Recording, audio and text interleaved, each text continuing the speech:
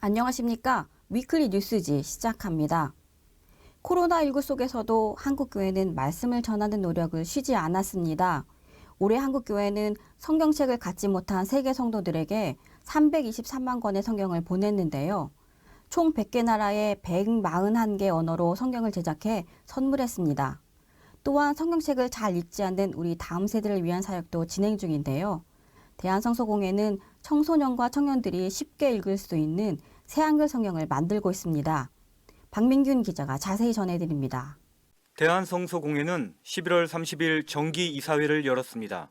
대한예수교 장로회 합동교단의 파송이사 김상현 목사를 비롯해 18개 교단의 이사들이 참석했습니다. 성서공회는 2021년 코로나 사태 속에서도 국내외에 성경 356만 부를 전했습니다. 특히 성경을 갖지 못한 아프리카, 남아메리카, 아시아, 중동의 저개발국가 성도들에게 323만 3천 부의 성경을 보급했습니다. 다른 나라의 어려움 가운데 있는 성도님들 또 그리고 주님을 알지 못하는 그분들에게 하나님의 이 귀한 말씀을 보낼 수 있어서 행복한 한 해였던 것 같습니다. 이 일을 위해서 기도해 주시고 후원해 주신 후원자님들께 감사의 말씀을 드립니다.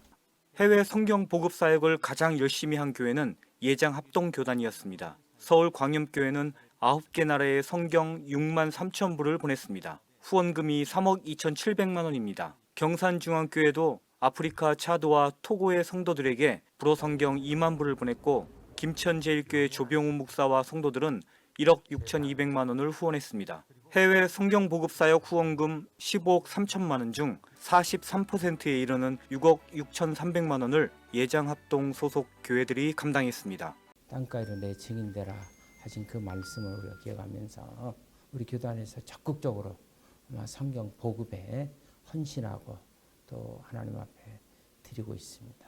코로나 시대에 우리 몸은 갈 수 없지만 또 물질로 기도로 우리 헌신으로 이렇게 땅가위로 내 증인되라 하신 말씀들을 우리가 잘 감당하고 국내에서도 중요한 성경 보급 사역이 시작됩니다. 선교 대상자로 불리는 청소년과 청년들을 위한 새로운 성경이 곧 나옵니다. 대한성서공회는 온라인에 익숙한 다음 세대 눈높이에 맞춘 새한글 성경을 출판합니다. 새한글 성경은 핸드폰과 태블릿 PC로 독서하는 다음 세대를 위해서 단문으로 말씀을 번역하고 사진과 동영상 자료를 활용해 말씀을 이해할 수 있도록 제작했습니다. 신약과 시편은 번역을 완료했고 구약 번역은 80% 정도 진행됐습니다. 오는 2023년 완간이 목표입니다. 기독신문 뉴스지 박민균입니다.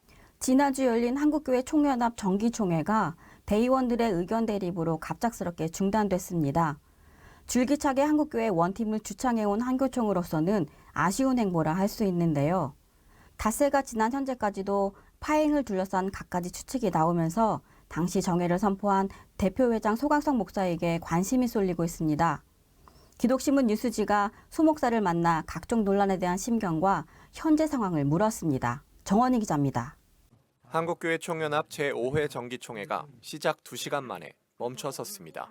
이날 회의의 첫 번째 결의 안건인 정관 및 규정 개정을 두고 이견을 좁히지 못했기 때문입니다. 논란의 핵심은 현행 3인 공동대표회장 체제를 1인 대표회장 체제로 바꾸는 내용의 정관 개정안이었습니다. 앞서 한교총은 대표회장 회의와 상임회장 회의를 열어 리더십 강화를 위해 법적 대표성을 가진 단독 대표회장제로의 전환 논의를 이어왔고 총회 안건으로 상정했습니다. 하지만 총회 현장에선 정관 개정 내용과 절차에 대한 입장차가 컸습니다. 여기에 더해 배포된 회의 자료에 정관 개정의 건이 아닌 정관 개정 사항 보고의 건으로 기록된 점과 현 정관과 개정 정관을 비교할 대조표 누락 등 자료의 부실함을 지적하는 목소리도 잇따랐습니다.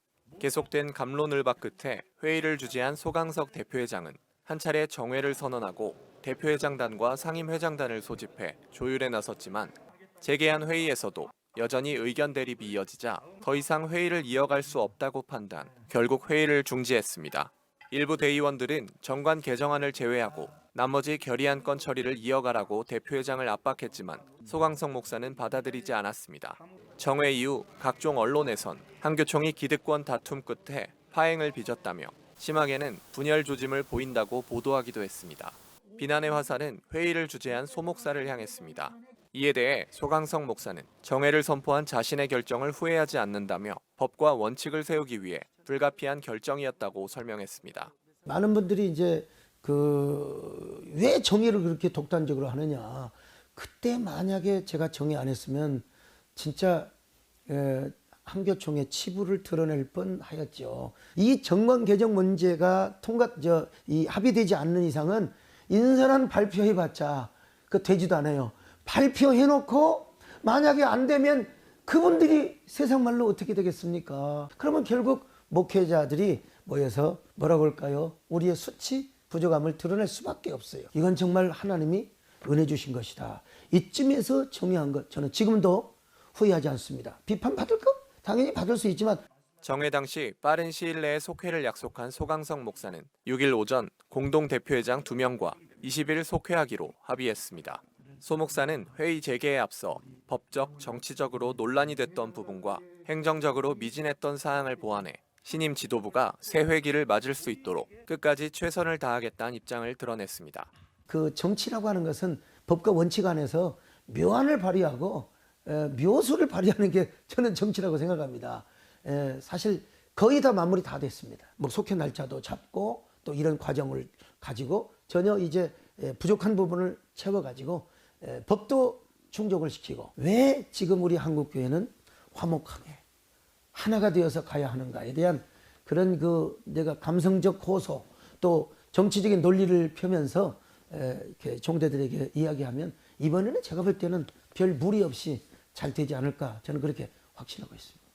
끝으로 소 목사는 대표회장에서 물러난 뒤에도 임기 중 힘썼던 연합기관 통합 추진과 예배 회복을 위해 앞장서겠다는 뜻을 밝혔습니다.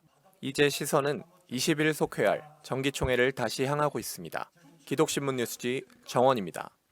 제106회 총회 역점 사업인 은혜로운 동행 기도운동이 본격적으로 시작했습니다. 11월 30일 출범식을 열고 4개월간의 대장정에 돌입했습니다. 총회장 배광식 목사는 기도운동으로 교단과 교회가 회복돼야 한다고 강조했습니다. 우리 가슴에 사그라들었던 성령의 불길, 한 생명을 붙들고 옛날에 꾸었던 그 옛적 생각을 다시 한번 되새기면서 기도운동 이르면 시발점이 여기서 시작되기를 축복합니다. 출범식에 163명 노회장과 총회 산하 기관 대표들이 참석했습니다. 참석자들은 기도로 교회와 사회에 희망의 불을 밝히겠다고 다짐했습니다. 또한 한국교회의 죄를 회개하고 교회 지도자부터 성령으로 변화될 것을 간구했습니다. 출범식에서 사명 선언문도 채택했습니다. 하나님의 거룩한 백성으로 다시 기도의 자리에 엎드리고 총회를 넘어 한국교회와 사회를 새롭게 하고 세계 선교의 동력을 일으키는 기도 부흥의 불쏘시개가 되겠다고 다짐했습니다. 은혜로운 동행 기도 운동은 출범식을 시작으로 전국 14개 지역과 163개 노회에서 열립니다. 이어서 주요 단신을 정원희 기자가 전해드립니다. 제53회 대한민국 국가조찬 기도회가 12월 2일 스위스 그랜드 호텔 컨벤션 센터에서 열렸습니다. 위드 코로나 속에서 참석자를 500명으로 제한하고 온라인을 활용해서 진행했습니다. 기도회엔 문재인 대통령이 참석해 목회자 성도들과 함께 기도했습니다. 문 대통령은 코로나19 속에서 한국교회는 국민들에게 용기를 줬다며 이웃의 고통을 나의 고통으로 여기고 함께 극복하기 위해 손 내밀어 준 데 대해 경의를 표한다고 말했습니다. 대선에 출마한 이재명, 윤석열 후보도 참석해 인사했습니다. 성탄 트리와 함께 12월을 상징하는 빨간 자선 냄비가 활동을 시작했습니다. 한국 구세고는 12월 1일 서울광장에서 자선 냄비 시종식을 열었습니다. 자선 냄비는 한국 최초의 구호 활동으로 1928년부터 매년 12월 한 달 동안 펼쳐왔습니다. 올해 자선 냄비 주제는 거리에서 울리는 희망의 종소리입니다. 코로나19로 기부와 봉사의 손길이 줄어든 상황에서 더 힘들어진 이웃들에게 희망을 전하자는 마음을 담았습니다. 자선 냄비 거리 모금 활동은 전국 17개 시도 320여 곳에서 진행합니다. 거리에서 직접 기부를 못하더라도 온라인 기부 플랫폼을 통해 사랑을 나눌 수 있습니다. 25년 동안 김장김치를 만들어 작은 교회와 선교사들에게 전해온 김제 영광교회가 올해도 800포기의 김장김치를 담갔습니다. 11월 27일부터 사흘 동안 전 성도들이 김장에 참여해 전국으로 보냈습니다. 미래자립교회 목회자 가정과 은퇴 목회자들, 안식년을 맞아 한국에 거주하고 있는 선교사들과 해외 선교사 자녀를 둔 부모 가정에 600포기 이상을 보냈습니다. 하재삼 담임 목사는 교회에서 김장김치를 담가 교회 주변 어려운 이웃들에게 보내주던 사역이 이렇게 커졌다며 기쁨을 표했습니다. 이번 주 위클리 뉴스지는 여기까지입니다. 함께해 주셔서 고맙습니다.